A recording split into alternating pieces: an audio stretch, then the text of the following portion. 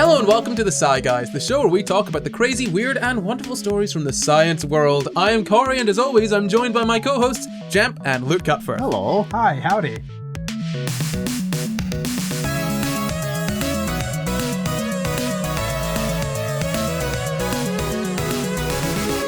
This week we're talking about when weight won't worsen one's well-being. But first, a little Apple review. This one says, great listening, it's 5 stars. And it goes on to say, my husband recommended this podcast to me because of me pursuing a conservation bio degree. And it's so informative and fun. Such a well-spoken group with good chemistry and great information. Highly recommend. Thanks, husband, and also other person. Yeah, shout out to the husband and you. Review. Thanks, husband and spouse. Yay! Gender non-specific spouse. We have actually now another question for you. So if you're listening on Apple or you're listening on Spotify or anywhere else, head to YouTube because we want you to answer this question in the comments. The question is, what is your height?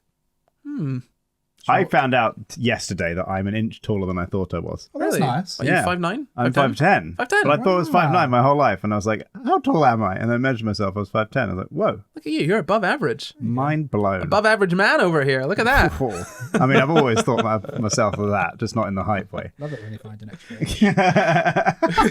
We'll actually be talking about my height in a little bit, but let's actually get into this episode. So, obesity is something that we're all very aware of. It's labeled as a public health crisis. It's been linked to heart disease, diabetes, and other issues. And the overwhelming message that's being sent is that fat is bad. However, the picture might not be as clear as this message may make one think. This week, we'll be talking about the obesity paradox. Ooh, very good. Paradox. Yeah, right? So, first off, before we get into the obesity paradox, before you can understand what that is, you gotta understand obesity. So, what is obesity? Do either of you know what obesity is? It's a certain level of BMI.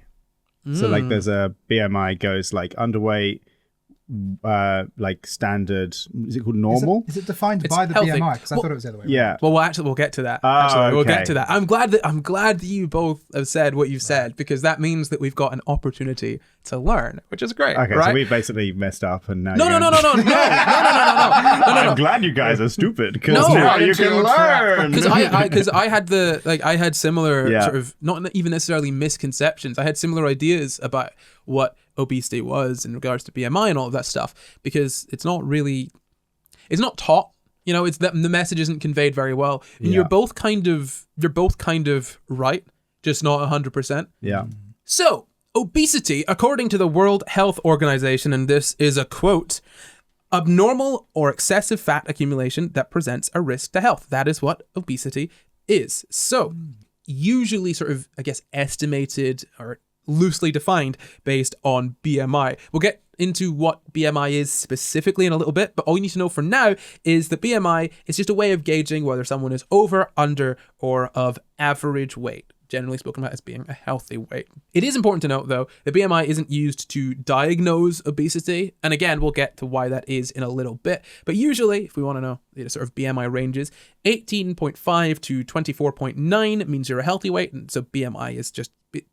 It's usually used as a sort of dimensionless number. There are units to BMI. I'll get into what the units are later, but it's given without units. It's just a number generally. So 18.5 to 24.9 means you're a healthy weight, usually. This is how BMI is kind of described, right? So I'm going to say healthy weight when it says this, even though it may not technically be healthy. Whatever, we'll get to that in a minute.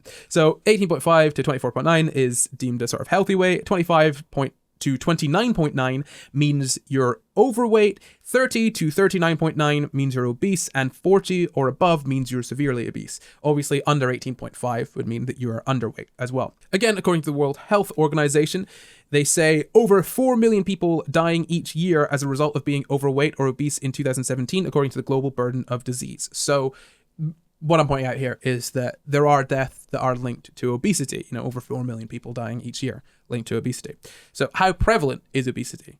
In the UK, how many people in the UK would you guess? Okay, obesity. Adults and then kids. I mean, I heard a statistic first, just to get us started, is like that something like 60% of the UK is deemed overweight by BMI, or is that 60% of America is deemed overweight by BMI? I can't remember, but like a shocking amount of people are deemed overweight by BMI. That doesn't necessarily, like you say, equate to health, but yeah. Obese, I would maybe go to like 15%. I've heard like 1 in 3 or somewhere around there. Well, it's 1 in 4 actually. So 1 in 4 Whoa. adults in the UK. This is an estimate, right? Yeah. Because it's hard to get actual numbers on obesity. So an estimate of 1 in 4 adults in the UK are obese, and 1 in 5 children aged 10 to 11 are obese in the UK. According to the World Health Organization, this is all where all the sort of worldwide information is coming from. Worldwide obesity has nearly tripled since 1975, and in 2016, over 1.9 billion adults, so 18 and up, they were overweight. So of that group, over 650 million were obese. So that's the kind of numbers that we're looking at, right? So 1.9 billion adults are deemed overweight, and of those, over 650 million are deemed obese. Now, obviously, being overweight doesn't necessarily mean that you're like really unhealthy or even like particularly unhealthy at all. This is, when we talk about BMI, there are difficulties with it. And again, we'll get to that in a bit. So 39 million children under the age of 5 were overweight or obese in 2020, and most of the world's population live in countries where overweight and obesity kills more people than underweight. So, obviously being overweight is not necessarily healthy, and being underweight is not necessarily healthy. Being underweight can absolutely kill you. Being sort of severely overweight could also kill you, right? It is better to be in a sort of healthy median range, and generally that comes through like sort of physical activity, regular physical activity, and eating a sort of balanced diet, right? But in most countries, most of the world's population rather live in countries where sort of overweight and obesity kills more than underweight. So over 340 million children and adolescents between the ages of 5 to 19 were overweight or obese in 2016, and it's from sort of 1975 to 2016, the prevalence rose from 4% to 18% globally in children and adolescents. So in 1975, 4% of kids and teens essentially were overweight or obese, and in 2016 that had risen to 18%. Wow. Yeah. Another quote from the World Health Organization: once considered a problem only in high-income countries, overweight and obesity are now dramatically on the rise in low and middle-income countries, particularly in urban settings. The vast majority of overweight or obese children live in developing countries where the rate of increase has been more than 30% higher than that of developed countries. So globally, there are more people who are obese than underweight. We've kind of spoken about that already, but that happens in every single region apart from parts of sub-Saharan Africa and Asia. Just to give you an idea of where that goes, because often when we start talking about, people being overweight or obese, obviously then the conversation comes in, well, being overweight doesn't necessarily make you unhealthy, and we never talk about being underweight and how unhealthy that can be, or how you can be unhealthy at a sort of, a healthy weight. Yeah, so the reason that we talk more about overweight and obesity is obviously because, that is killing more people. More people are dying from complications related to that than people are dying from complications related to being underweight, right? And obviously, if you're a healthy weight and have health issues, that they may not be related to your weight, right?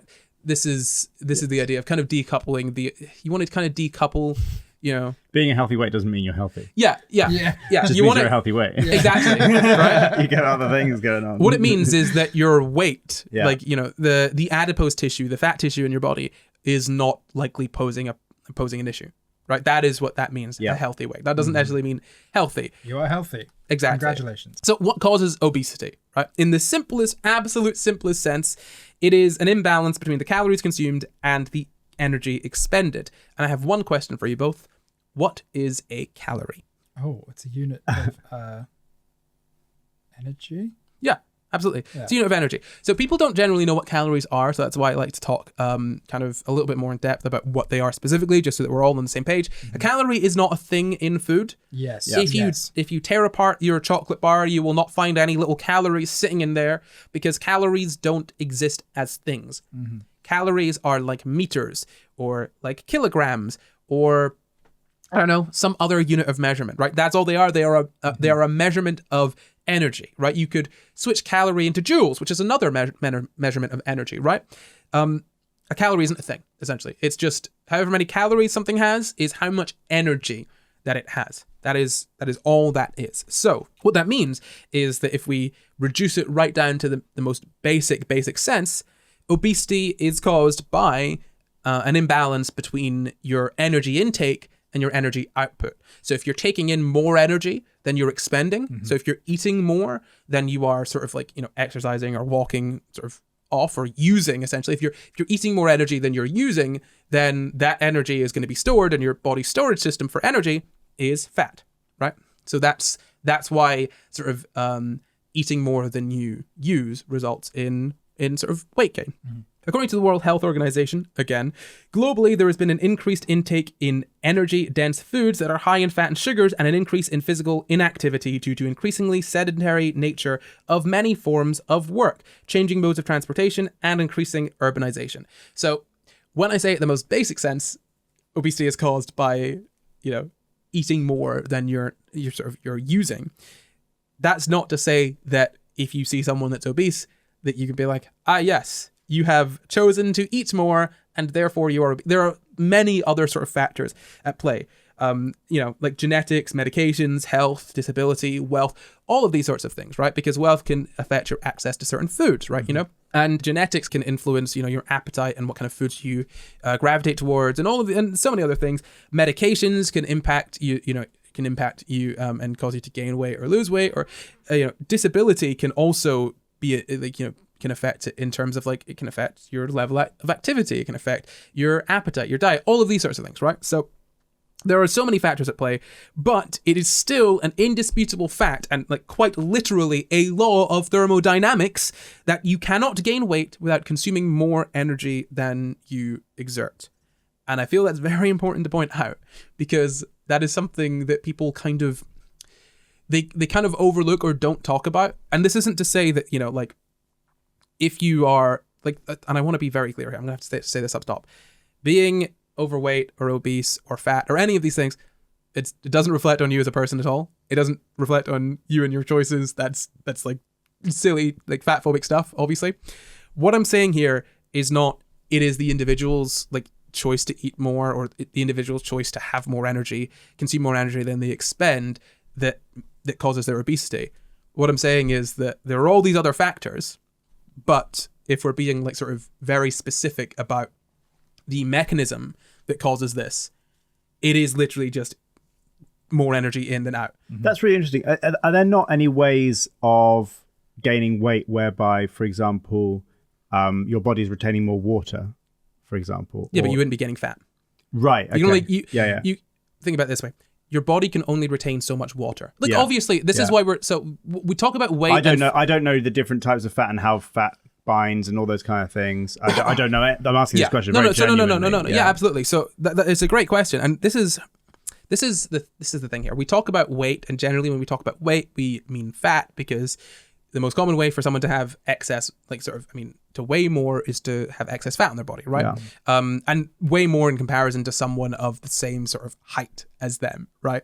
Or build or whatever. So, yeah, you can't gain weight without consuming more energy than you expend. Like, right. Think about, like, it is physically impossible to make fat if you do not have excess energy, because where is the fat coming from? Do you know what I mean?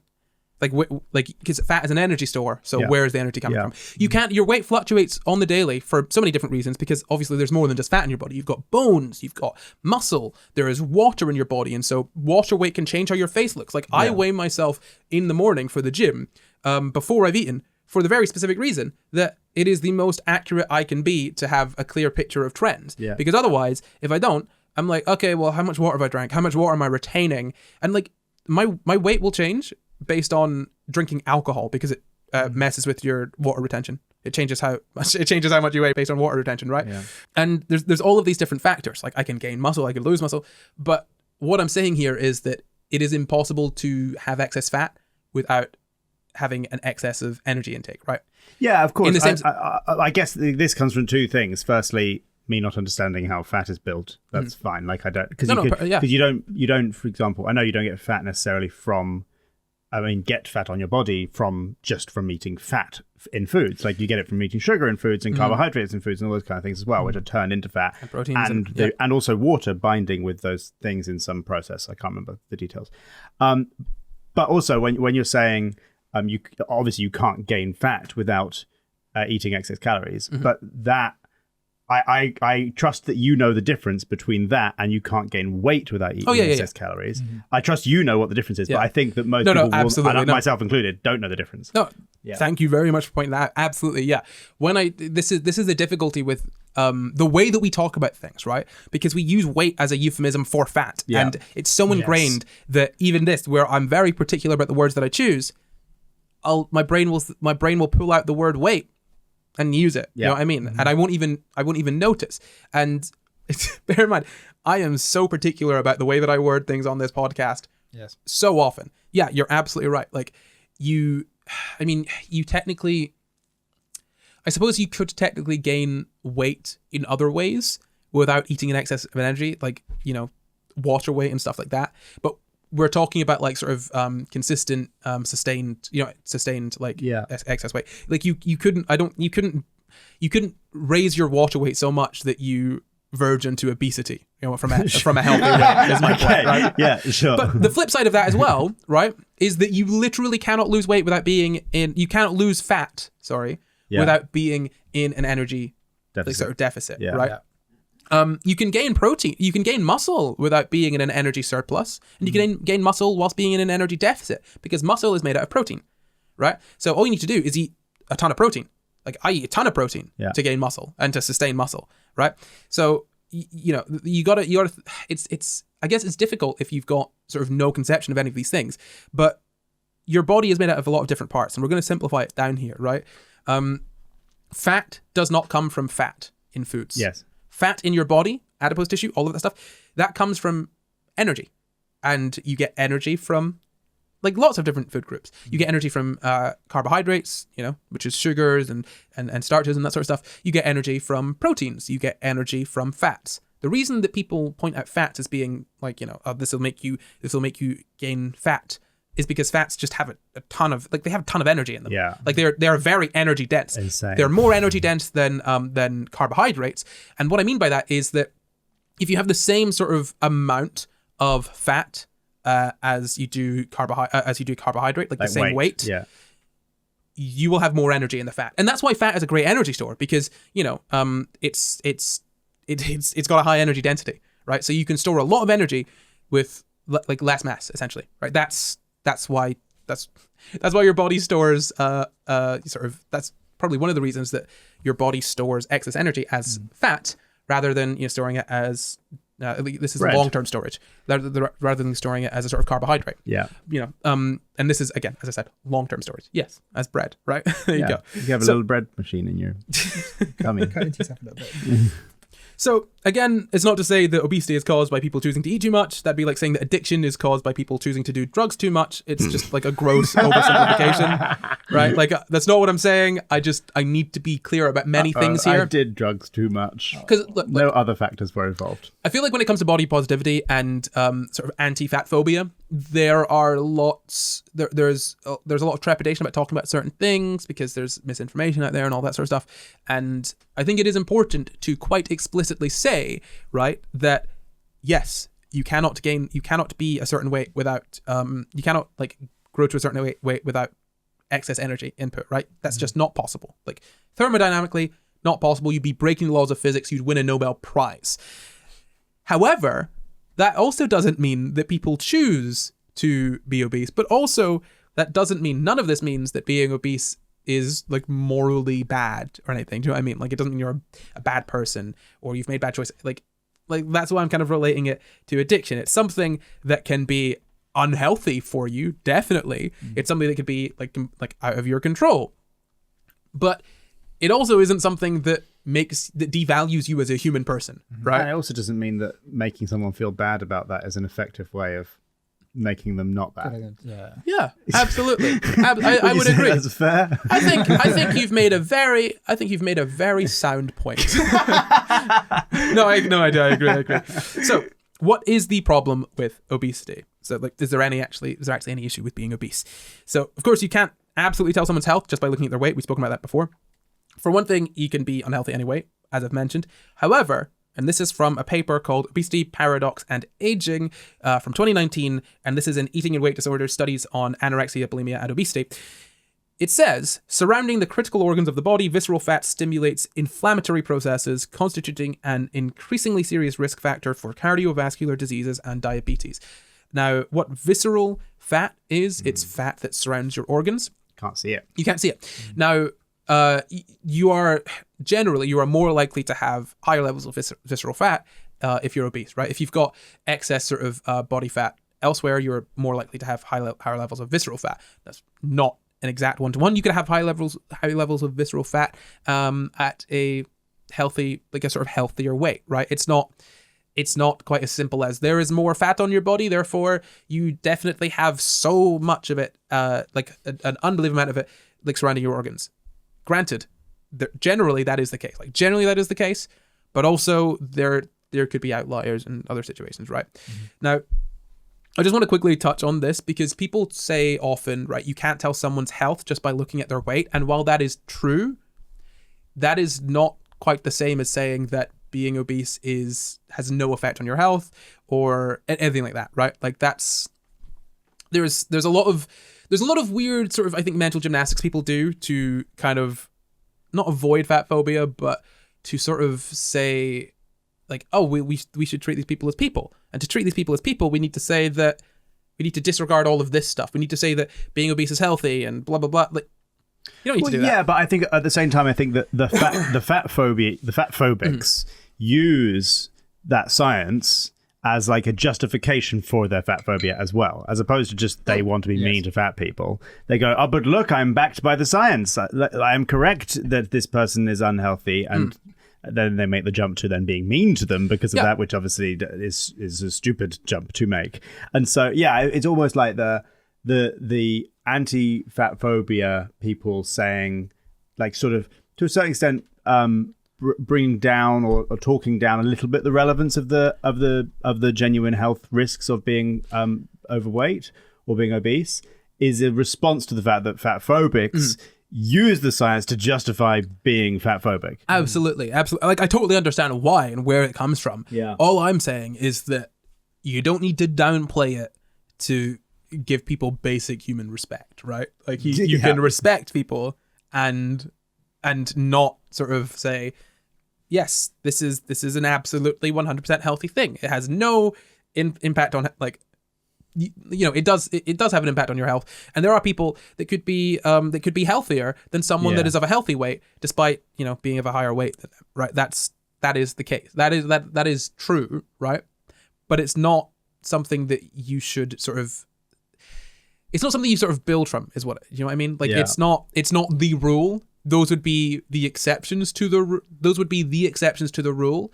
But even then, the rule of obesity being unhealthy is not so much a rule as a trend that we see. Do you know what I mean? Because there are obviously individuals in there, and there are so many factors at play. And I guess excess body fat is just a way to be like, okay, if there's excess body fat, you are more likely to have this cluster of other things, right? Mm-hmm. Yeah. I mean, that's why we kind of talk about it the way that we do. Obviously, again, fat phobia, bad. Treating fat people, bad. Like, none of this should have any impact on, I guess, how, like, the human respect that you give to people. You know what I mean? I just want to be clear, because it's very difficult to talk about this stuff and not have people sort of come away from it thinking like, oh, you're trying to say this and that. I just need to be absolutely 100% clear on this. So from the NHS, they say that the day-to-day problems related with obesity can include breathlessness, increased sweating, snoring, difficulty doing physical activity, often feeling very tired, joint or back pain, low confidence and self-esteem, feeling isolated, and the psychological problems associated with being obese can also affect your relationships with family and friends and may lead to depression. I found it interesting to talk about the last few there, low confidence and self-esteem, feeling isolated, and having issues with family and friends, like relationships and depression, because those aren't problems with being obese. Those are problems with how people treat people that are obese. Treat you for being obese. Yeah. That's like yes. Some of the day-to-day problems related to being black are feeling isolated and finding burning crosses on your lawn. That's a symptom. Yeah, well, you know what I mean, like, it's odd that that's listed there. I mean, it is true. Yeah. It's just the framing of it is is odd. Yeah. Listing low confidence self-esteem and feeling isolated and problems with family and friends that can lead to depression, listing that alongside like joint and back pain and feeling tired, which are things that like you could take an obese person and put them into a new society on an alien planet where they're fully accepted and loved and blah, blah, blah, right? And they would still have breathlessness and increased sweating and all of those other things. Yeah. So it's weird to put things that stem from societal issues right next to things that are like inherent to obesity itself. And so also on top of that, being obese can also increase your risk of developing many potential serious health conditions, including, and again, this is all from the NHS, including type 2 diabetes, high blood pressure, high cholesterol, and atherosclerosis, which is where like fat deposits narrow your arteries and sort of solidify them, which can lead to coronary heart disease and stroke, asthma, metabolic syndrome, which is a combination of diabetes, high blood pressure, and obesity. Several types of cancer, including bowel cancer, breast cancer, womb cancer, gastroesophageal reflux disease, which is GORD, where stomach acid leaks out of the stomach and into the gullet, gallstones, reduced fertility, osteoarthritis, which is stiffness and pain in your joints, sleep apnea, which causes interrupted breathing during sleep, which can lead to daytime sleepiness with an increased risk of like road traffic collisions and a greater risk of diabetes, high blood pressure, and heart disease, liver disease and kidney disease, pregnancy complications such as gestational diabetes or preeclampsia, which is when a person experiences a potentially dangerous rise in blood pressure during pregnancy. Now, as I said, obesity, which, to be honest, the definition that we use for obesity, right, which is abnormal or excessive fat accumulation that presents a risk to health, by that logic, right, you can be, you can have a lot of fat in your body and it like be like healthier and not posing a risk to your health and technically not be obese, right? So you could see how obesity is like basically using excess fat as a marker for all of these other sorts of things, because having excess fat in your body can cause these sorts of problems. Now, bear in mind, you could get diabetes, you could have high blood pressure and high cholesterol, and you can have asthma and all of these other things, right? At a healthy weight, you could have all those when you're underweight. You could have all of that sort of stuff, right? But the thing is that obesity, as far as we're aware, seems to increase your risk of these things, right? Obesity can also reduce your life expectancy by an average of 3 to 10 years, depending on how severe it is. And it's also estimated that obesity and being overweight contribute to at least 1 in every 13 deaths in Europe. Wow. Yeah. Wow. Yeah. Yeah, that's lots. So that is an overview on obesity. Now, way back at the start of the episode, I don't know if you can remember, way back then, I also mentioned BMI, right? Yeah. And I said we'd talk a little bit more about BMI. So we know what obesity is. Let's delve a little bit more into BMI and the issues with it. So first off, what is BMI? It's body mass index. It is basically just a measurement of, it's a measurement of, your weight compared to your height, essentially, right? Yeah. So it's calculated by dividing your weight in kilograms by the square of your height in meters. You could also think of that as dividing your weight in kilograms by your height in meters, and then dividing the answer that you get from that by your height in meters again. So, for example, if you were to weigh 100 kilograms and you were... Gosh, let's just do this simply. You were 2 meters tall. You could divide 100 by 2 squared, which is 4. Yeah. So divide 100 by 4, BMI of 25. Mm-hmm. Or you could divide 100 by 2, you got 50, and then divide it by 2 again, 25. Yeah. Right? Same answer. Gotcha. Right? It's just easier to think of it as being squared. So obviously the units for BMI, the units which are never shown, would be kilograms over meters squared. Yeah. Yeah.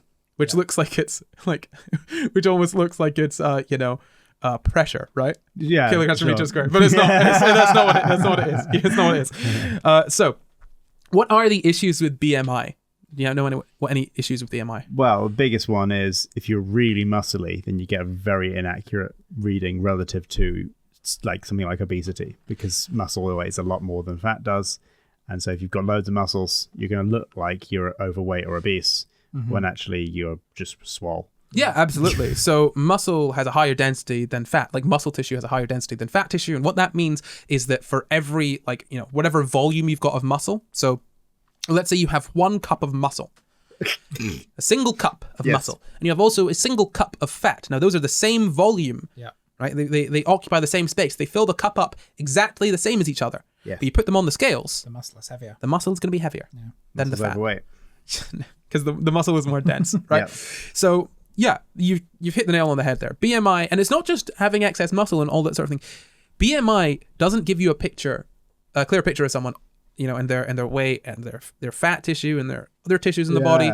BMI tells you someone's weight in relation to their height. Someone can have a higher weight through having higher muscle mass. They can have a lower weight from having low fat mass and low muscle mass. And, they could also have visceral fat, but still a sort of lower sort of body fat mass, right? There are so many different factors involved in sort of health and weight and fat and other tissues.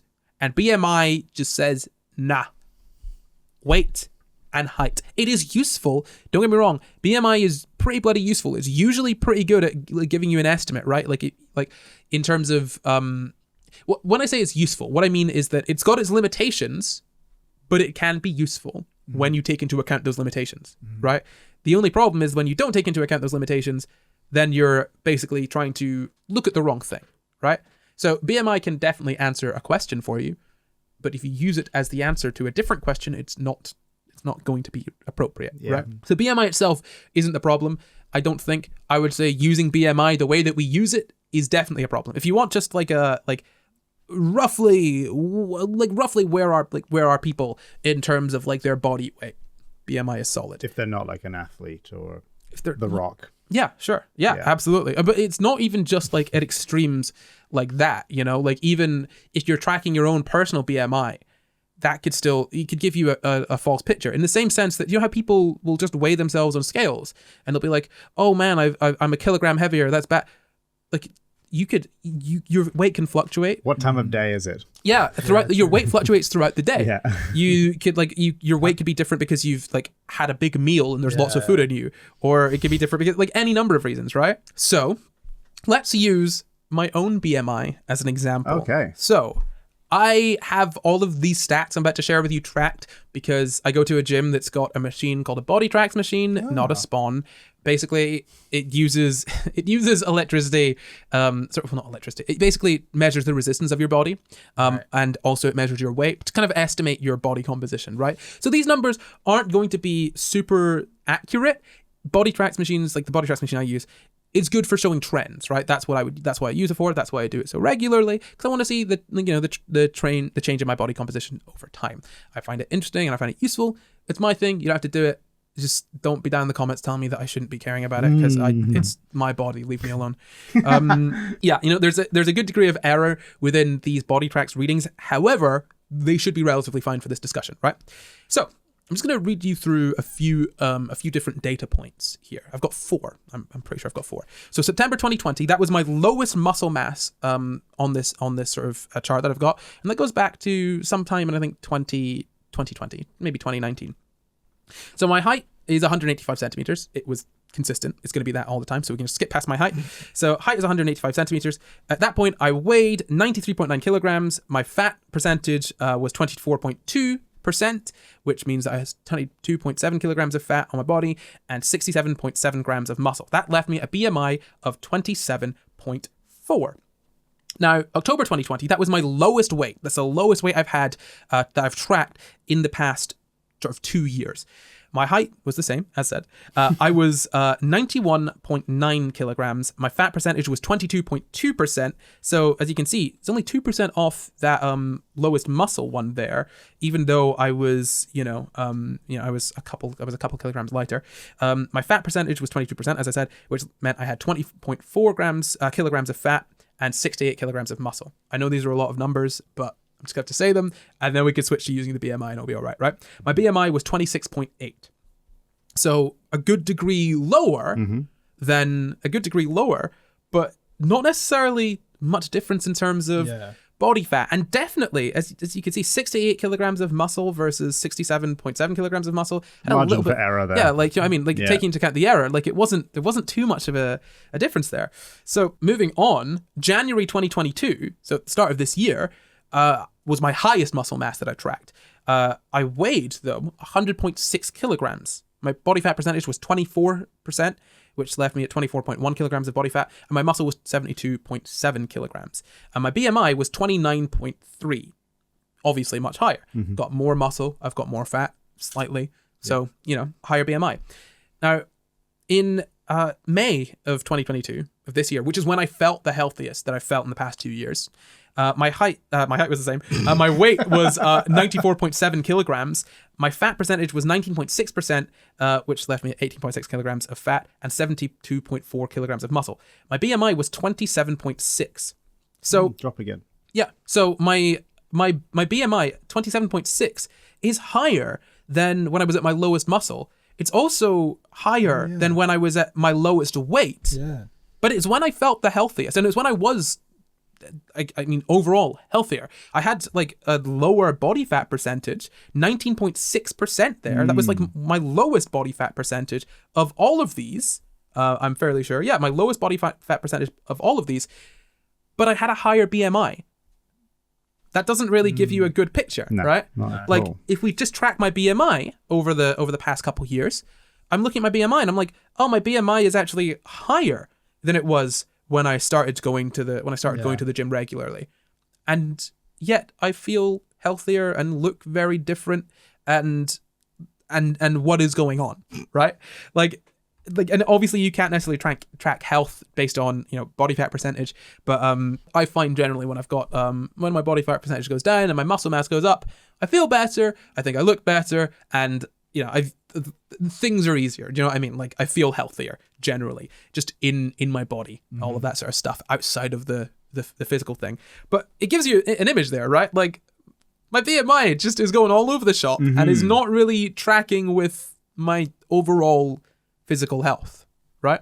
Or even like, or your perceived physical health, or my perceived physical health, or even like the body fat percentage, which is what BMI is being used to estimate here, right? Yeah. So it's not really the best tool for it, and that's why I would say if you're tracking your weight, you're tracking your BMI, and you've got like negative feelings towards it, those numbers are not gonna help you at all. Like they're not, like if your weight is going up, that doesn't mean that you're gaining fat. If your weight's going down, that doesn't mean that you're losing fat. You shouldn't use these numbers if you want to have an accurate picture of your body composition, but also like really you shouldn't be tracking those numbers in that sort of negative way anyway.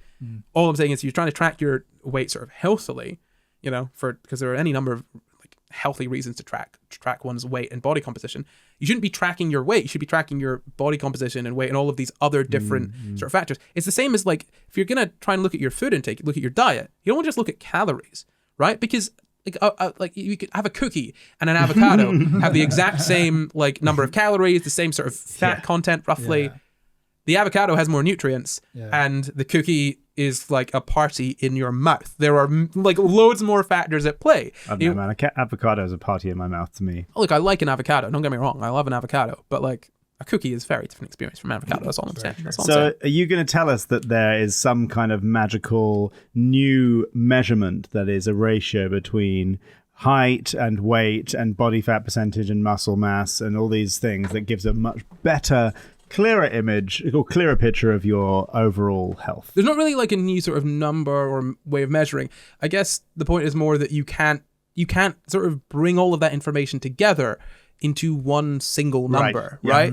It's really, really bloody difficult. If you want to understand, if you've got a balanced diet, if you've got a nutritious, healthy diet, you got to look at more factors than just calories, because all that's telling you is how much energy is going into your body. You could be eating a perfectly healthy number of calories and have no nutrition whatsoever, right? Like you could have put it this way, right? You could have a very healthy number of calories and no protein. Like basically no protein in your diet. And you look at calories, like, I'm doing well, but you're like feeling like lethargic and weak and all of that stuff, and you're like, why? Because you don't have enough protein. But I've got the calories. Exactly. And like when James Blunt ate nothing but meat to piss off his vegan friends, and then he got scurvy because he didn't have any vitamin C. Wait, James Blunt? I thought that was Jordan Peterson. No, that's James Blunt. It was both of them. Was it both of them? Yeah. I don't think he got scurvy. I don't think Jordan Peterson. But James Blunt got scurvy. Actually got scurvy. I mean, he says he got scurvy. To avoid that, you would have to eat like a lot of different parts of the animal. Steak and orange juice. No, you could. That would be a good way. But I mean, the way that you avoid that is by eating just every part of the animal. Yeah. That's how obviously carnivores get all of their nutrients. Just Carnivores such as Jordan Peterson. I thought he had spinach as well, though. Was it spinach? He had like Spinach. spinach or something. Yeah. Jesus. There's a That bit of sounds vitamin C alright. in spinach. So yeah, my point is that using BMI to track your health is just ridiculous, and using your weight, just that single number to track your overall health, again, is ridiculous. It's just, it's not the way to live a healthy life. I mean, for one thing, you can live a healthy life without tracking either of these things. Absolutely, right? But if you want to track, or, you know, if you need to track, you know, because you have issues with sort of like your food intake or whatever, and tracking helps you do that, don't just track your weight and calories. Like, for the love of God, do not do that, because that is a very surefire way into being unhealthy. And like, you know, either it being like, you could be like severely could lead you to being severely underweight, right? Like, it's not the healthy thing to do. I'm not saying everyone should track everything. I think people should be informed on what they're eating. They should have a general like idea. Like, for example, when I found out that mushrooms, whilst they're high in protein, they are mostly water, and so an entire thing of mushrooms that you get, an entire 300 grams of mushrooms has 24 bloody calories in it. Like, you should know what you're eating, because otherwise you'll be like, you won't get, like, for example, if you're like a vegan, you're like, I'm gonna have a ton of mushrooms, and you have like a box upon box upon box, and that's your main protein source, and that's your main part of your meal, and you're only getting like 100 calories worth out of 4 bloody punnets of mushrooms. That's not going to be healthy, right? It's going to lead you to being underweight, and you don't know why. Yeah. So I think we should be informed. Which is what happened to me when I first went vegan. Really? I Yeah. didn't have a clue what I was doing, and I was very underweight. That's why veganism is hard to move into. Yeah. Like, that's why people find it difficult, because they don't have any knowledge of nutrition whatsoever, and they generally don't need to, because you could probably get by on like protein and stuff just by eating like meat, you know, Eggs, chicken. yeah. Sort Yeah, of that, all that. It gives you could get away with it. You won't be like necessarily 100%, but you can get away with it pretty easily. You know, I just think that like we should know more about food, coupled obviously, right, with education and support and prevention for, you know, eating disorders and all that sort of stuff. Absolutely, but I don't think the solution to this sort of eating disorder epidemic that we've got, or this sort of issue with you know, like with obesity and stuff, I don't think the solution to that is just saying ignore everything and just go for what you enjoy, because people need to have like a healthy balanced diet. And you can't build a healthy balanced diet if you don't know what the diet's made of, right? Like, so back to BMI. Here's what the NHS says about BMI. It says that BMI uses your height and weight to work out if you're a healthy weight, underweight, or overweight. Your BMI result is not the perfect measure of your overall health. It can't tell if you're carrying too much fat or if you've got a lot of muscle. You could use your BMI result as a starting point for further discussion with your GP. The adult BMI doesn't take into account age, sex, or muscular build. And they go on to say that means that like older adults can have healthy BMI and still have too much fat, because they tend to have more body fat than younger adults. And women can have a healthy BMI but still have too much fat, because women tend to have more body fat than men with the same BMI. And if you're from a black or ethnic minority group, you're at an increased risk of type 2 diabetes with a BMI of 23 or more. And as you said, look, an athletic adult with a lot of muscle can have a high BMI but not be overweight. But obviously having a lot of muscle and low body fat can present its own issues. And this is the issue, right? If you see someone that's got a high BMI, they could be a bodybuilder that's got like a massive amount of muscle and like almost 0% body fat. They are going to have health issues because of that, but they are not going to be the same health issues as someone else with their same BMI, right? Like, I don't want you to come away from this thinking that I'm saying that overweight, unhealthy, that is sort of like overweight and fat, unhealthy, overweight and muscle, healthy, overweight and muscle, unhealthy also. The practices of getting to that point itself is like just stupidly unhealthy. Yeah. My point is that BMI is not an accurate picture of health, and is not an accurate picture of, you know, how someone can be helped to improve their health. Ding-a-ling-ling, is that the ad bell? It sure is. It is. What are we advertising today? Well, I'll tell you what it is. Please. It's After Dark. I Wow. say brand new. It's our super secret, very special, exclusive show just because SCI GUYS has ended, it doesn't mean the conversation has. Why don't you let them know what After Dark is, guys? It's basically an opportunity for us to talk on a wider range of topics. You might see in SCI GUYS occasionally we go on little tangents. Well, After Dark is one gigantic tangent where we talk about a subject and then the conversation kind of meanders, but then we try to create a holistic lesson or message at the end of the show. Yeah, we were finding these tangents were happening anyway throughout the show. Some of them were a bit too long for a single episode, so we thought, why not? Why don't we make a whole new podcast where we do just that? So if your favorite part of SCI GUYS is the tangents, then absolutely you need to check out our Patreon at patreon.com/SCI GUYS, the only place you can access After Dark. And as I said, just because SCI GUYS has ended, it doesn't mean the conversation has. But it's a super secret show, so don't tell anybody. Shh. No, tell everybody. But don't tell anybody. We want everyone to know.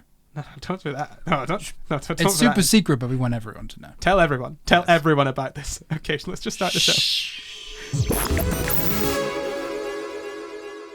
So now we've gone through obesity and BMI, and let's get on to the obesity paradox. So, Oh, yeah. I forgot what is the obesity paradox? Oh, God. Don't worry, I'll tell you.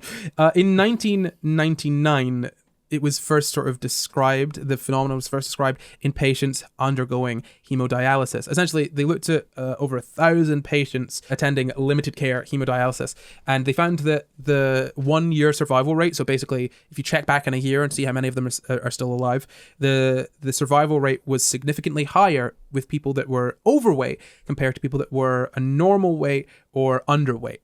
Now, the term obesity paradox was sort of coined in 2002 by Gruberg et al. In their paper. That essentially described, and I'm just going to quote it here, to describe their counterintuitive finding that overweight and obese patients with coronary artery disease had better outcomes than their normal weight counterparts. That's from Obesity and Aging 2019. Now that's in the paper that I meant, that's in the journal that I mentioned earlier, Eating and Weight Disorders. If you actually look into it, I'm just going to basically talk about it. The obesity paradox is essentially the idea that being overweight, being obese has a protective effect with some health conditions like coronary heart disease, I think some kinds of cancers, like I think some lung cancers, wow, and some renal cancers or some renal issues as well. So that's generally what the obesity paradox is. I mean, we can talk a little bit more about some other studies. So, they found that obesity, cholesterol, too much cholesterol, I think, hypertension, and were all associated with improved survival among dialysis patients. And in chronic heart failure, after acute myocardial infarction, in chronic obstructive pulmonary disease, in older nursing home residents, in peripheral arterial disease, in stroke and thromboembolism, and in post-operative complications during catheter ablation for atrial fibrillation and after cardiac surgery. Essentially, if you got like heart surgery or heart problems or some kinds of cancers, people have spotted a sort of a protective effect, and it's interesting. Like they looked at, there's a meta-analysis as well of over 6 million cancer patients. This article is a preprint. It means it's not been peer-reviewed. It means that it can't be used to sort of influence medical practice or anything because it's not been peer-reviewed. Yep. But I'm going to talk about it anyway, just with that caveat. Not been peer-reviewed, preprint, okay? And I'm just going to quote here, patients with breast and colorectal and uterine tumors were at increased risk of death. Conversely, obese with lung cancer, renal cell carcinoma, and melanoma survived longer than non-obese. Basically, it seems like obesity has a protective effect when it comes to renal cell carcinoma, so renal cancer, kidney cancers, lung cancers, and melanoma, skin cancers, right? And it goes on to say, in many cancer patients, obesity reduces survival and increases the risk of relapse. In lung cancer, renal cell carcinoma, and melanoma, obesity was protective in terms of outcome. More intensive follow-up, adequate dosing of oncological treatments, calories intake restrictions, physical activity, and monitoring of obesity-related complications are effective measures for reducing mortality in these subjects. Now, that is from Obesity Paradox in Patients with Cancer, a systematic review and meta-analysis of 6,320,365 patients. Whoa. Published in 2020. Wow. Now, that is an overview of the obesity paradox, right? It is the idea that obesity can have a protective effect with some cancers and heart conditions. That's so interesting. But crucially, that wouldn't mean that that necessarily mean that if you got, say, lung cancer, a way to increase your survival rate would be to become obese. We'll get to that. Yeah. We'll get to that. Because the story of how I came across this kind of will probably highlight what I think of this whole sort of story, right? So I came across it on TikTok.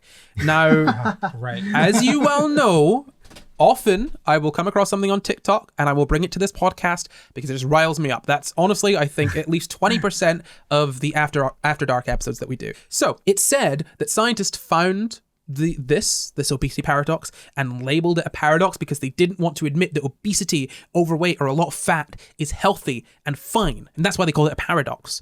I had an issue with that. Like, I saw the TikTok and I was like, this feels weird, right? Like there's something seems like kind of off to me because it seems like there's information that's missing, right? And I'm not saying that, like, you know, I haven't heard of this, so it's not true. But I find it surprising and interesting, but also the way that the TikTok was framed came across as odd to me, right? It felt like there was more information there that I could find out. I was curious. I want to know more. You know, the explanation, obesity is protective and not unhealthy, scientists are just fat phobic, is like a really, it's a nice story. Like, it's a good, strong story when you're talking about like anti-fat phobia and stuff. Mm-hmm. But my question was, like, does it actually hold up? Because not necessarily that I would want it to believe that it was true, but it is like it is an easy answer to the situation, right? Like, it is very much like obesity isn't unhealthy, scientists and doctors are just fat phobic sort of thing. But I don't know. I thought that seemed a little unlikely, not like impossible, but I was like, okay, what else could be going on here? Let's explore the other explanations before we hop onto this one, because this is a big one, right? Yeah. My view of it was essentially, right, that I didn't immediately buy it, and it could have been entirely down to my own personal bias. Like, I straight away I thought that, but I thought that there were a good few possible explanations for the paradox. Like, they just came to me pretty quickly. Like, I had questions that I was like, well, what about this and this and this?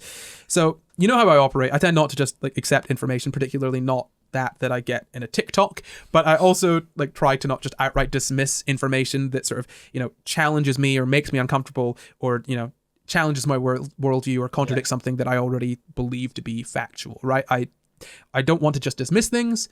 I want to look into them, right? I'm a curious person. That's why this podcast exists. So I went and decided to read more about this to see if there was actually any explanation. So before we get into the like potential explanations, I had a few that came to me when I first heard about this.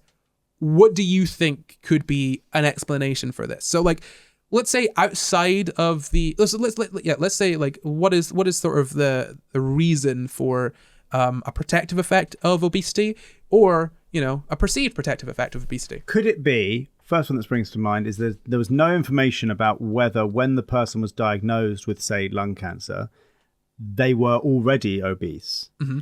And so could it be that, for example, somebody gets lung cancer, they're worried about their health then more generally, and they quite drastically some of them quite drastically reduce their weight, which is also unhealthy. Right. And they die from complications of like drastically changing their lifestyle. Mm. And the people who were obese and had lung cancer and stayed obese might not have drastically changed their lifestyle and so didn't die. Yeah, an interesting one. Yeah, that sounds kind of similar. Yeah, that sounds kind of similar to some ideas that like I initially came up with. Like, I just find it's interesting that we were on kind of a similar track. Okay. I mean, the main one that came to me was that having more weight on your body would be useful. And this is what was kind of mentioned in the TikTok. It's useful if you're losing weight, right? If you lose weight through illness, if you have more weight on your body, you're less likely to go down to an unhealthy weight where you will die. Mm-hmm. Yes. Right? Like, obviously, like, you got a bit longer. Yeah. Yeah, exactly. You got more energy stored to keep you going. Yeah. So that could be a reason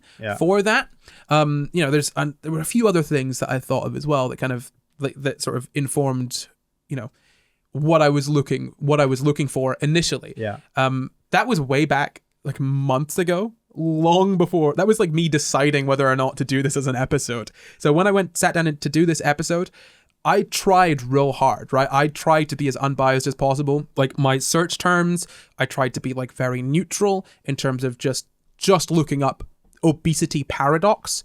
Like, with no other search terms, I was trying to just find obesity paradox, right? Because if you think about it, obesity paradox is a thing that's coined by people that believe that there's some seemingly paradoxical effect wherein obesity, something we view as being unhealthy and detrimental to health, can seemingly have a protective effect, right? So I was looking for that, and I really bloody struggled. I struggled so hard to find papers that were like supportive of the obesity paradox through like sort of data and evidence without any sort of confounding factors. We'll get into that in a sec. But first, let's just talk about the sort of the explanation that there sort of is no paradox, that being obese isn't necessarily unhealthy, right?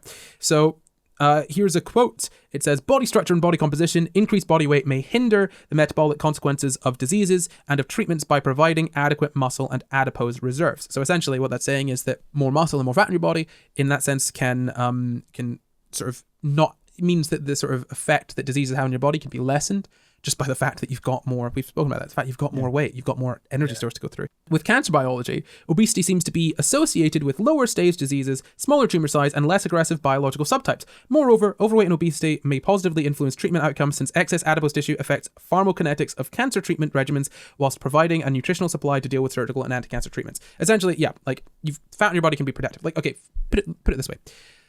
I had rats. I knew the rats were ill and dying when they lost a lot of weight. The rats need to have a ton of weight, rats carry like a lot of fat on their bodies because they need it, right?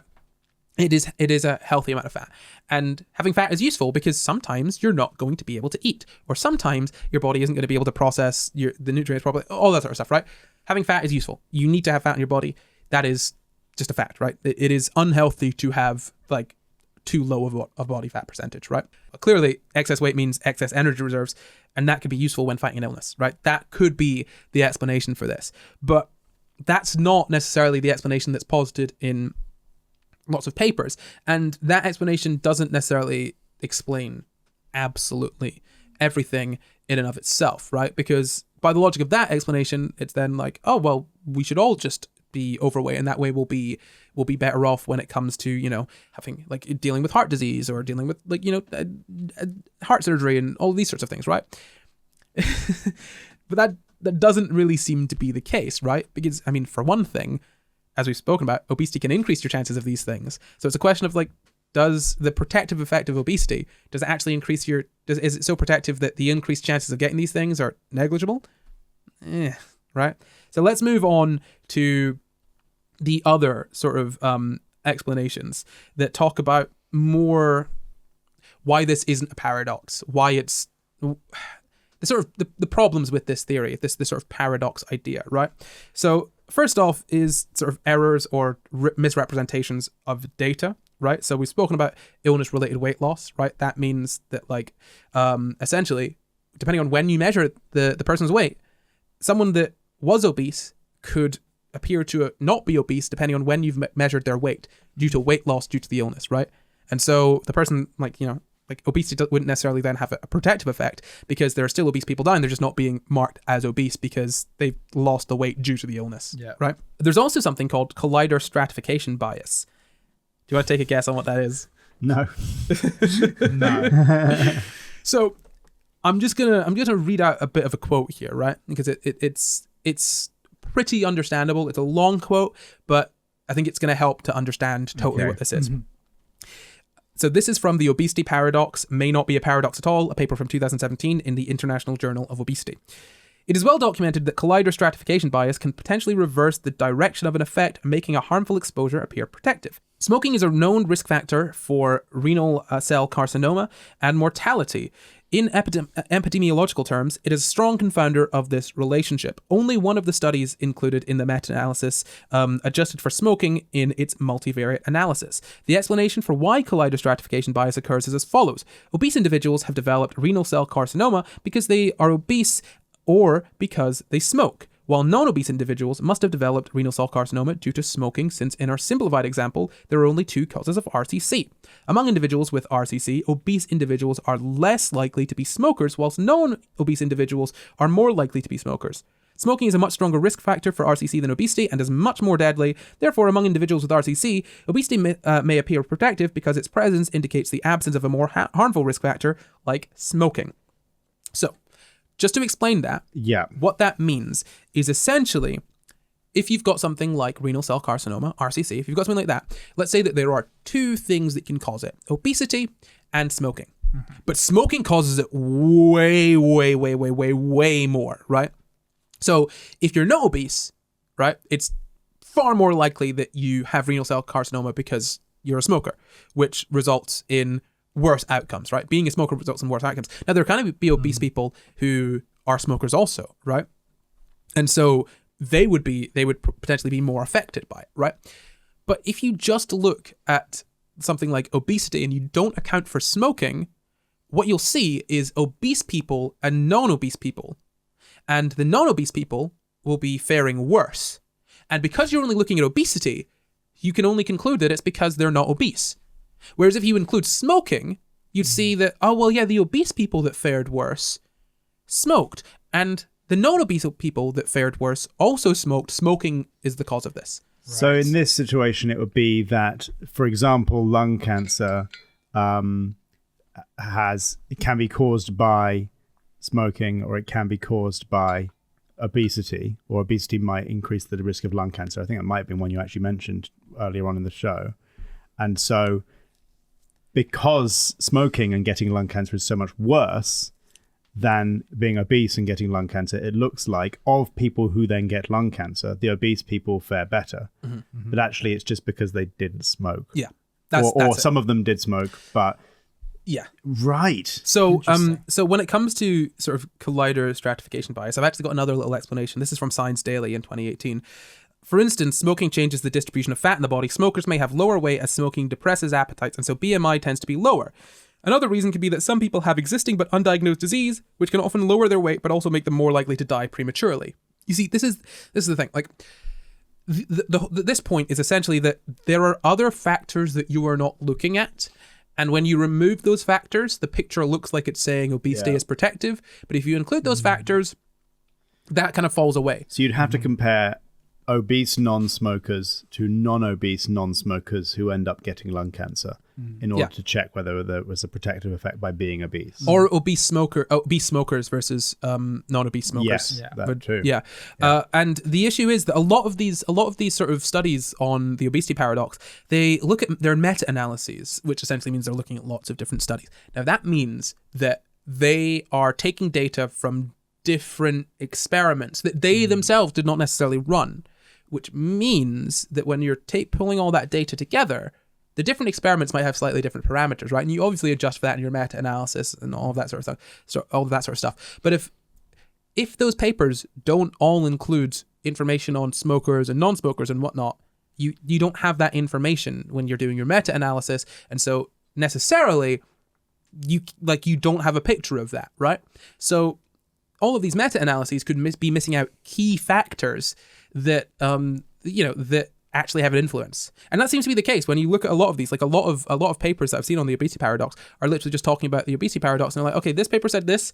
When we actually look at the studies that they looked at, that seems to not be the case. Here's this other study that shows this sort of thing, right? Yeah. And this is really difficult and irritating for me, because it's like, it would be great to be, because we're often the very progressive, woke podcast, right, where we're like, actually, look, your science is more progressive than you think. It agrees with this progressive viewpoint, right?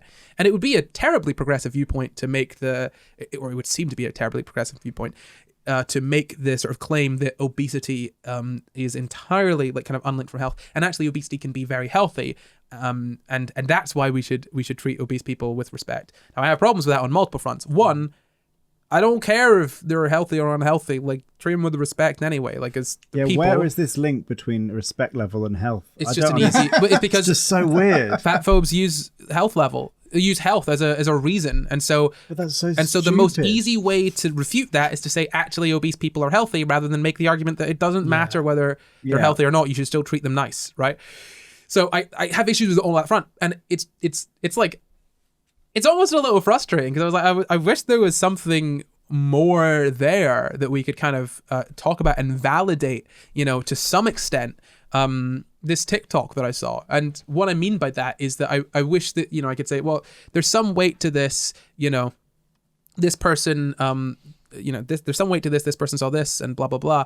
It's a bit up in the air, but as far as I'm aware, it seems as though the obesity paradox was suggested, and there's not really been much sort of support for it. There's not been much to back it up, and so it kind of sucks that this TikToker, this person, is using the obesity paradox as part of their activism, because it just doesn't really add up. And you have to be really careful when you use something like that as part of your activism, because then if somebody refutes the thing you're using, they think they've refuted your activist point, which is to be respectful to people regardless of how big they are. And also it makes you look silly. It makes you look silly, and then by extension people use that to go, oh, so people who are activists are then silly. Yeah. It's why I really dislike any sort of, I guess, trans advocacy that focuses on brains. And how trans people have brains of their sort of gender. You know what I mean? The gender that they're transitioning to. Yeah. Because, at best, I think from the episodes that we've done on this, the kind of reading that I've done on this, and I'm not a neuroscientist. I don't have a deep knowledge of brains, but from the reading that I've done, it seems as though our sort of knowledge, the studies that we've done on brains seem to have some bias to them. Do you know what I mean? Like, looking at male brains versus female brains, it's not, I don't think, as concrete as other things. Yeah. And so building trans advocacy on the idea that trans people are valid because they have the wrong brain, I don't understand. Trans people are valid because they are. Like, they're people. Do you know what I mean? They're people who just want to live their lives and not harm other people, and just, so that's where you should be the starting point from. You don't refute bigotry by saying, look, science says that actually your bigotry is wrong because of this factor. No. You say your bigotry is wrong because it is bigotry. You shouldn't be bigoted, even if trans people, were just choosing to be a different gender. That is valid as well. That's fine. Do you know what I mean? It's like, even if obesity, was even if obesity is super, super incredibly unhealthy, it's the worst possible thing you could do for your health in all respects, absolutely no questions, being overweight means that you are unhealthy, right? Even if that was the case, you could still treat people with respect. That's why I wanted to bring up addiction earlier, because it's like, we should treat addicts with respect, despite the fact that they're addicted, right? And addiction, we view that kind of as a disease, right? It has negative health implications, all that sort of stuff. But addicts are people, right? We should still treat them as people. And just because someone is addicted to something, it doesn't mean that we, you don't see someone that's an addict of something and they're they're kind of a role model. People are like, oh, disgusting. They're promoting addiction by being visible. Think about the number of celebrities that are avid users of drugs, right? Yeah, sure. You put a fat person on a billboard or a magazine cover or whatever, it's like you're promoting fatness and obesity, and it's bad. It's like, wait, they're not. They're just kind of existing. You're the one that's kind of thinking they're just kind of sitting there. You know what I mean? I guess my point is to remove, when it comes to activism and advocacy, remove the idea that something needs to be healthy, or something needs to be scientifically irrefutable for a person to be valid, for a person to have respect. Just give them respect anyway, you know? Yeah, I agree. Yeah. Back to the obesity paradox, because there are some other problems with it, right? I've spoken a little bit about, collider stratification bias, which is where, to be super simple, there are just factors that they're not looking at. Yeah. And those factors could be more sort of, have more of an effect than the factor that you are looking at. There's also illness-related weight loss, which we've touched on. And there's also underlying diseases that could be confounding factors for multiple reasons. Here's a quote from a narrative review covering 72 papers from between 1999 to 2019 relating to the obesity paradox and aging. So a narrative review, by the way, is just basically someone is like, I looked at all of these and here's what I saw. It's not hard numbers and data. It's here's what I saw. Yeah. This is me talking to you. And it's basically what we do on this podcast, right? Right. Okay. It says the great number of biases and confounding factors, as mentioned above, makes the relation between BMI and mortality very complex, particularly in older subjects. At least the following points should be considered. Low weight and weight loss in the elderly could be signs of underlying diseases and often difficult to detect. Patients with a normal BMI and high WC may have lower lean mass, lower cardiorespiratory fitness together with higher visceral fat and ectopic fat deposition. At the same BMI, the ratio between lean to fat mass may be different, and this is particularly true in older ages. Also, presence of obesity makes the patients symptomatic for chronic conditions at earlier stages of the disease, and consequently, they could be treated earlier, more aggressively for coexisting diseases, for example, diabetes, than their normal, healthy weight counterparts.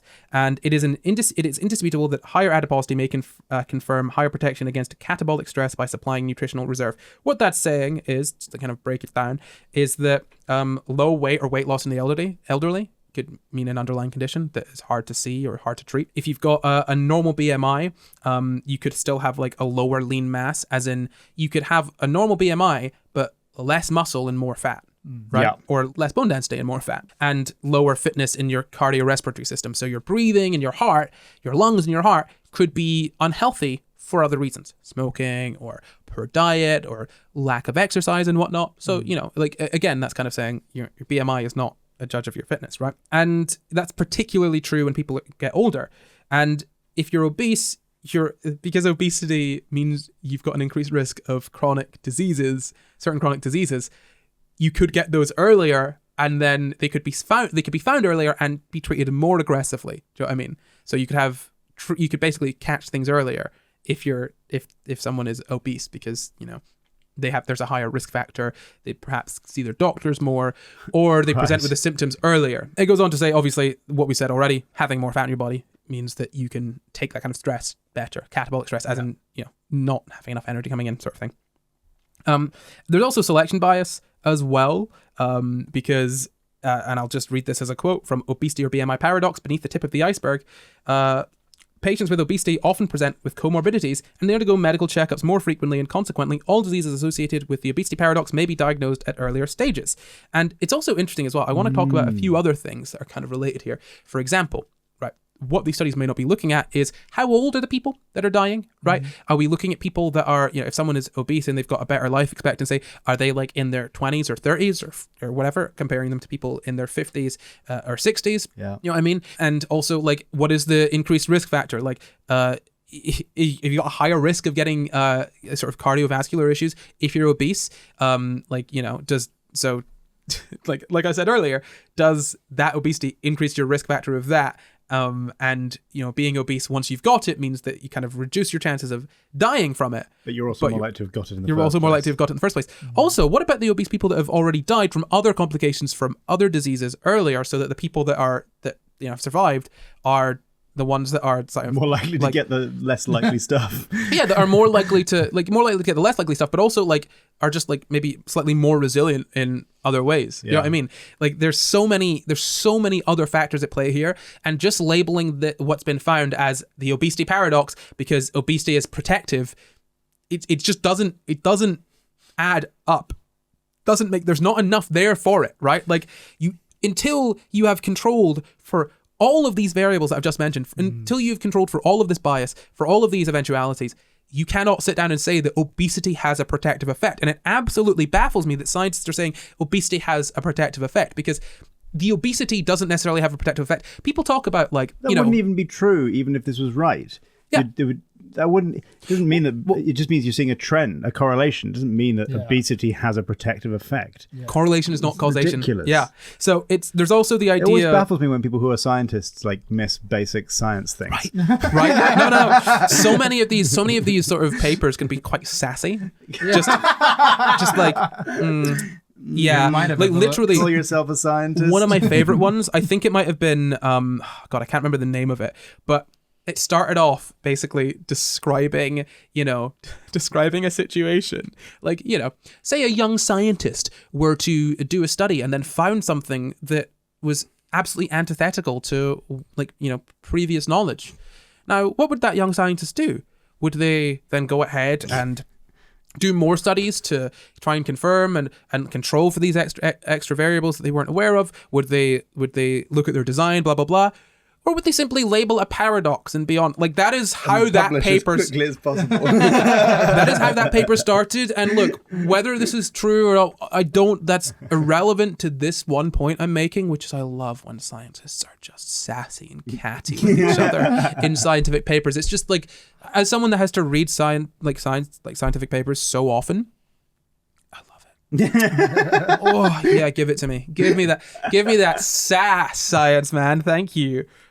So there's also what I kind of call comparing apples to oranges. I've kind of mentioned that, if you're comparing a younger person with heart disease to an older person with heart disease, it's like, well, the younger person got the heart disease younger.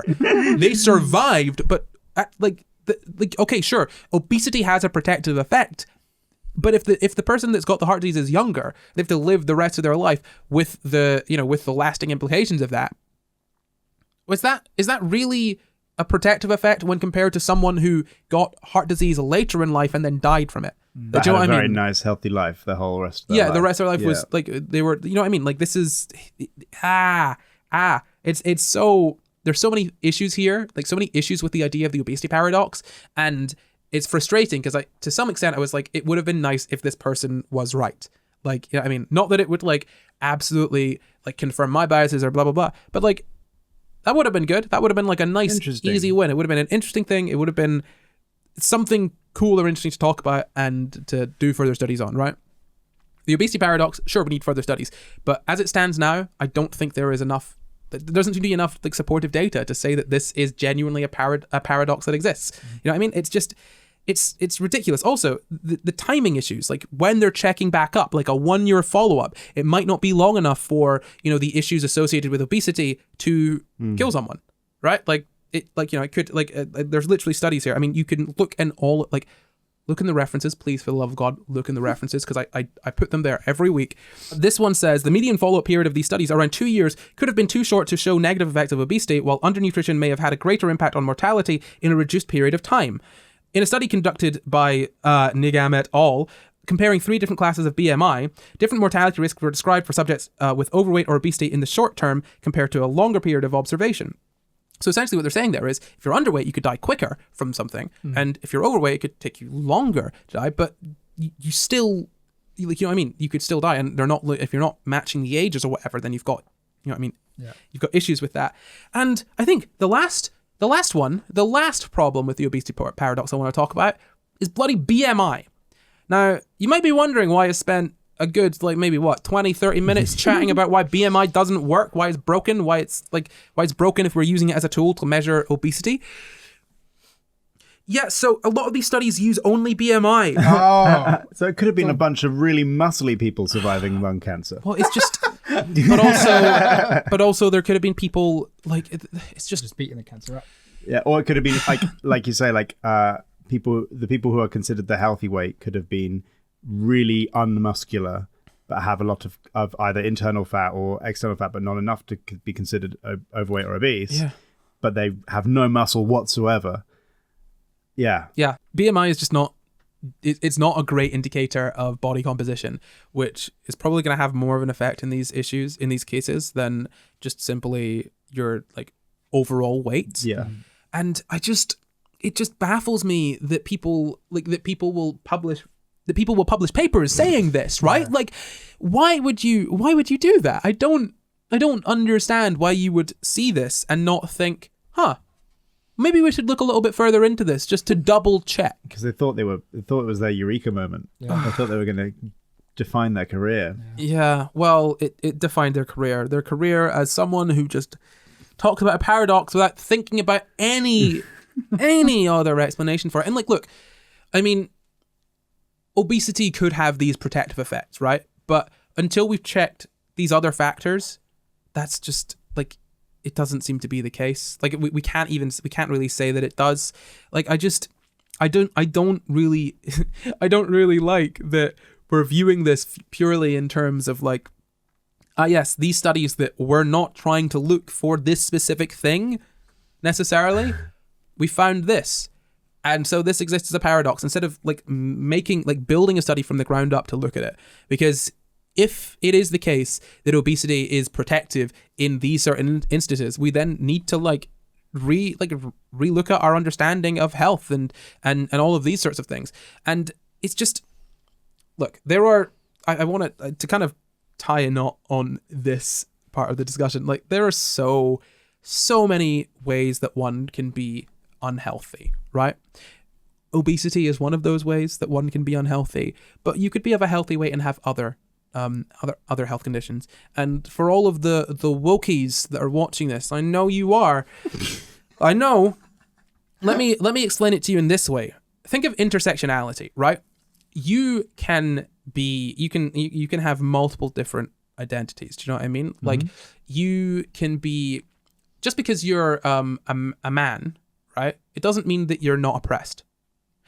You could be a gay man. You're oppressed in a way for being gay, but you're not oppressed for being a man, right? Mm-hmm. Yeah.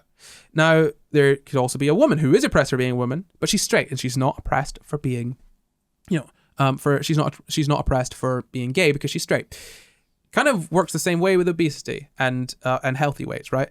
Just because you say that like obesity is bad for your health, it doesn't mean that people that aren't obese are 100% perfectly healthy in all ways. It just means that they are they could be unhealthy in different ways, but the way that they are unhealthy is not their weight. You know what I mean? Yeah. Like they're like the excess fat on their body. That is something that I feel like it's just not kind of discussed. It's like when we talk about weight not being a good indicator for health, or like the level of fat on the body not being a good indicator for health, that doesn't necessarily mean that having excess fat on your body is healthy. And alongside being like of a healthy weight is being healthy, it just means that if you're a healthy weight, it means that your weight is not going to be the issue that impacts your health. It's going to be other factors. And if you're overweight, your weight is going to be one of the factors that influences your health. Not necessarily all the time, but it's going to be one of the factors in some instances. You know what I mean? Like, it's just, I think is the only way of, That's the final takeaway. Yeah, it's the final takeaway. Look, so just to summarize that, the obesity paradox is the idea that obesity can have a protective effect. It can help you survive certain diseases, like certain cancers and whatnot, and certain heart diseases. Now, when you actually look into the numbers and the data and the studies on this, it kind of falls apart. So the obesity paradox doesn't really seem to exist. I'm not going to outright say that it absolutely doesn't exist. There are some protective effects, of having excess weight in your body because you have more energy reserves and whatnot. But claiming that the obesity paradox exists and that the only reason that no one knows about it is because doctors and scientists are all incredibly fat phobic and they want to maintain the idea that obesity is unhealthy. There isn't the data to support that. There's barely even the data to support that the obesity paradox is a thing in and of itself, right? So more studies are needed, but until that time, nah, man, I don't think the obesity paradox is really a thing that we should be giving much time to, other than this, hour and a half long podcast episode. That's all the time you get. Well, that's out of the way. Why don't we do a little quick fire quiz? Dun dun dun dun. Paradox edition.